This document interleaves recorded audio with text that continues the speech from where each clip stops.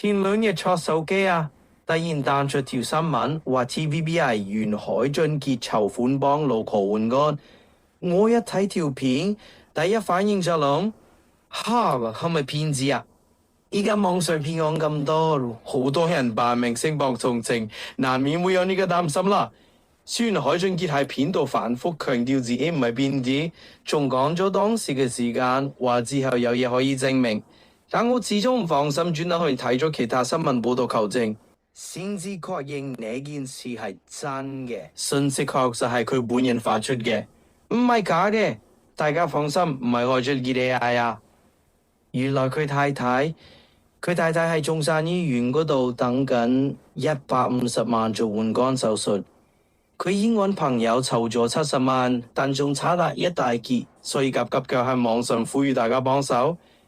網上反應過兩極，有啲人好同情佢哋嘅遭遇，想出手幫忙，但亦有啲人講風涼話，甚至扯到器官買賣呢啲敏感話題，搞到一陣不必要嘅風波。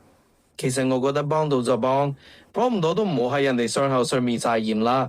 親人握住救命，當事人已經夠無助噶啦，唔好再落井下石啦，拜託。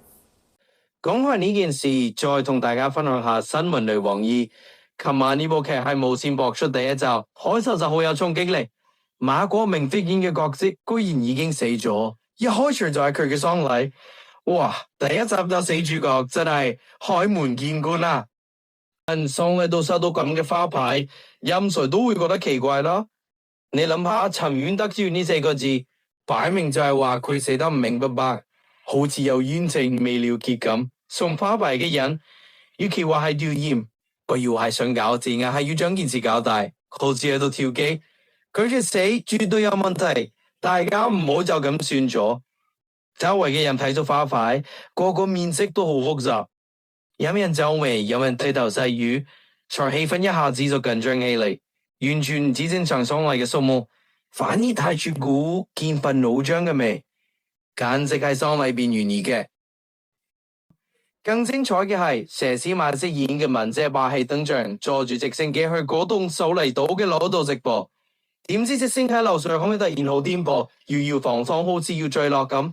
第一集就喺呢個緊張時刻完咗，吊足觀眾胃口，要等今晚第二集先之後做。真係新聞女王變咗空中驚魂啦！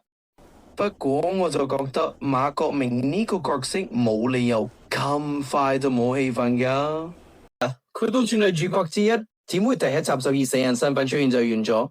而家又唔係拍鬼片，人死唔會復生，咁佢之後點樣再出場呢？